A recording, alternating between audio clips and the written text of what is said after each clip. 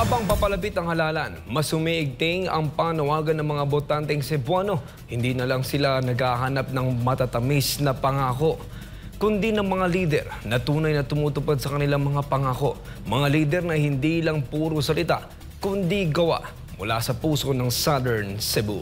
Narito ang balita ni Jim Ray Biosa.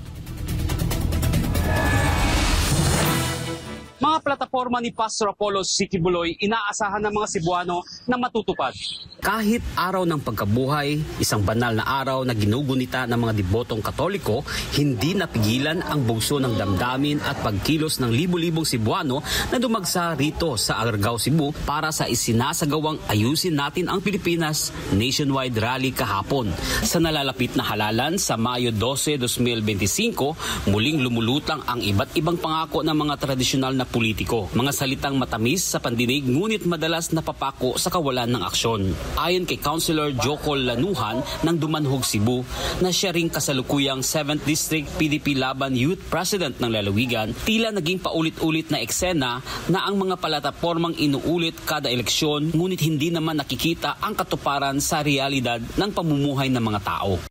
Sa manangaging pinili ay dagan man ang nisaad niya na natarungon ang infrastructure, ang mga dagang project kuno, mga taytayan, kaning mga kalsada tarungon, nabuto mga kandidato nga nisaad nga ayuhon ang atong healthcare system. Although yes, it's true, libre ato ang hospital.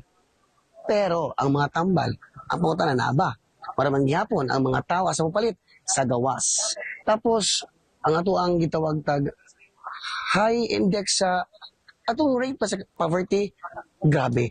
Sumuna nga, noon mahatagan ng pagtagad. Isa sa mga isyong bumabalot ngayon dito sa lalawigan ng Cebu ay ang kakulangan sa kakayahan ng pamalaan pagdating sa serbisyong medikal, lalo na ang kakulangan ng gamot. Kaya naman panawagan ni Lanuhan sa kanyang mga kapwa Cebuano. Isip usa ka Cebuano, lumad nga taga probinsya sa Cebu, naghangyo in town ko, karong umaabot piniliay, umaabot bugong lugay noon, tuig 2025, karong Mayo 12, unta, ipatigbabaw nato kung kinsa di angayan nga ibotan nato sa posisyon. Remember, sagrado ang atong boto. Masipyat tag kausa lang ta masipyat karong Mayo 12, tulo ka tuig tang mag-antos. Muna nga, atong timatibangon kung kisay mga angayan nga mga kandidato nga atong ibutang sa posisyon kay ang pagbahay, ang pagbasol, naas katapusan. Di ba nagbasol na bang tanan? Muna nga karong mawag pinili ay inutok na gyud ta. Utok gamiton. Kung 15 angayan, dapat usa ang kolor o dili di kolor. PDP Laban, vote straight. Mula dito sa Argao, Cebu, para sa Diyos at sa Pilipinas nating mahal, Jim Reviosa, SMNI News.